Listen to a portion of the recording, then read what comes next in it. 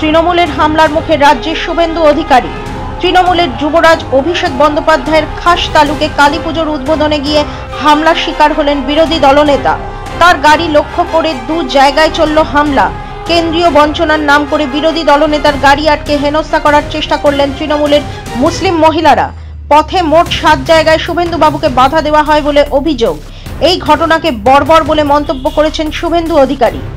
রবিবার দক্ষিণ 24 পরগনার মথুরাপুর 1 নম্বর ব্লকের খটির বাজার এলাকায় কালী পুজো উপলক্ষে একটি রক্তদান শিবিরে উপস্থিত হন রাজ্যের বিরোধী দলনেতা শুভেন্দু অধিকারী। সেখানে শুভেন্দু বাবুর পথ আটকে বিক্ষোভ দেখাতে থাকে তৃণমূল সমর্থকরা।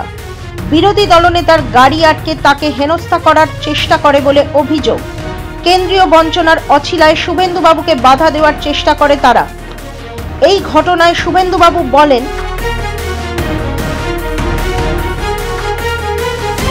গাড়িতে তো হামলা না, আমার উপর হামলা। আমি গাড়ির ভিতরে ছিলাম, তাই গাড়ি ভিতরে এরা বর্বর। পশ্চিমবাংলায় হিন্দুরা ধর্ম পালন করতে পারে।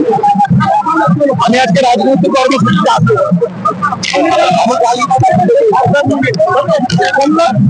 ধর্ম পালন করতে বাধা দিচ্ছে আমাকে। আমি হিন্দু, এতে প্রমাণ হয় পশ্চিমবাংলায় প্রত্যেকটা হিন্দু।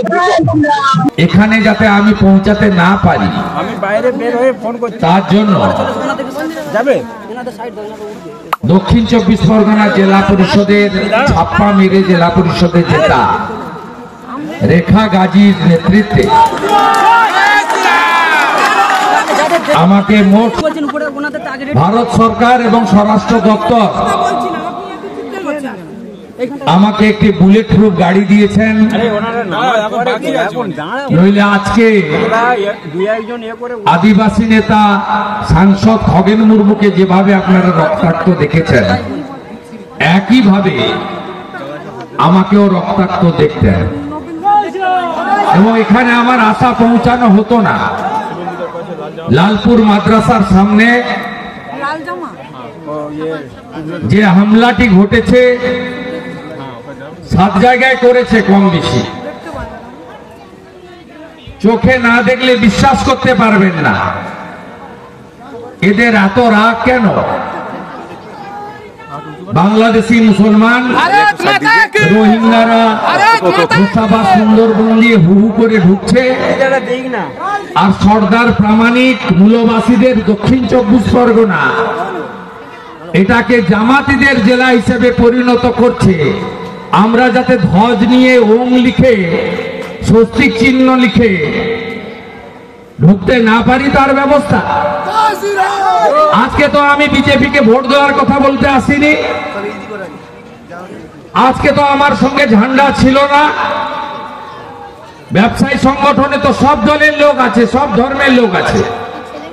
তারা বসে রেজুলেশন করে আমাকে ডেকেছে। আপনাকে 5 বার ইডি ডেকেছিল দিল্লিতে, আপনি করিয়েছেন।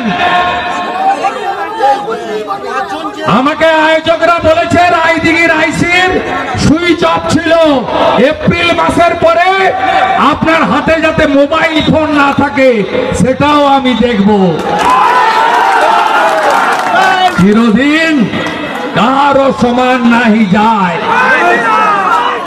পৃথিবীটা গোল। অনেকে বলেন পরের জন্ম, আমি বলি না, জমা খরচের হিসাব এ জন্মেই হয়। কেউ আপনাদের বাঁচাতে পারবে না। এই ছবিগুলো থাকলো, ভিডিওগুলো, আপনারা এর বদলা চান হ্যাঁ কিনা? তাহলে বদল করতে হবে, বদল করতে হবে। হিন্দুদের এক হতে হবে। তৃণমূলের হিন্দু, সিপিএম এর হিন্দু। আপনার যদি যোগেন মন্ডল হতে না চান, আসুন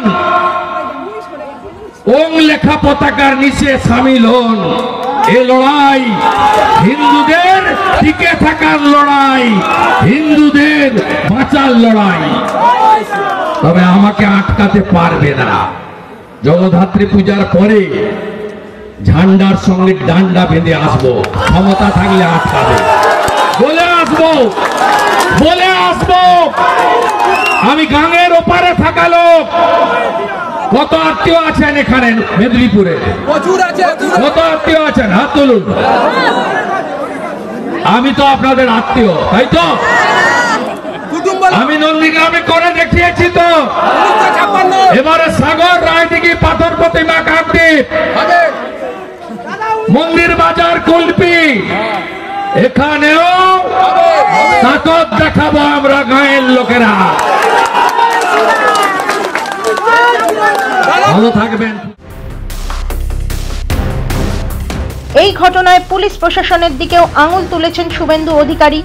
ঘটনা ঘটার সময় রায়দিঘি থানার আইসি ফোনে সুইচ অফ করে রেখেছিলেন, এমনটাও দাবি করেন তিনি।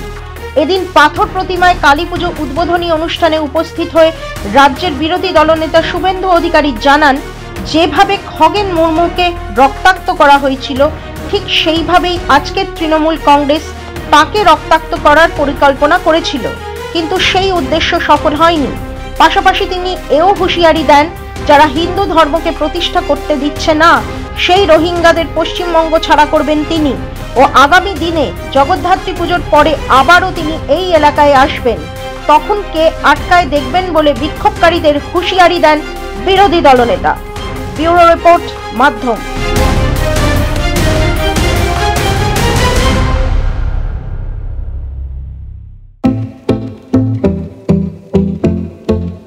भारत के हृदय प्रदेश मध्य प्रदेश की धरती, जहां परंपरा और प्रगति का संगम है, और यहीं भोपाल में पहली बार आयोजित हुआ ग्लोबल इन्वेस्टर्स समिट 2025। प्रधानमंत्री नरेंद्र मोदी जी के कर कमलों से शुरुआत और केंद्रीय गृह मंत्री अमित शाह जी का मार्गदर्शन। इसमें शामिल हुए 9 देश, 25,000 से अधिक निवेशक और 100 से ज्यादा विदेशी प्रतिनिधि। समिट में हुए 89 MOUs पर हस्ताक्षर, 600 से अधिक बीदोग और 5,000 प्लस बीदोग मीटिंग्स, 26 लाख करोड़ से ज्यादा निवेश, जिनसे 17 लाख से अधिक रोजगार सृजित होंगे। मुख्यमंत्री मोहन यादव के नेतृत्व में सिंगल विंडो सिस्टम, 29 दिन में भूमि आवंटन और उद्योग एवं रोजगार वर्ष 2025 जैसी पहले मध्य प्रदेश बना देश का तीसरा सबसे बड़ा निवेश आकर्षण।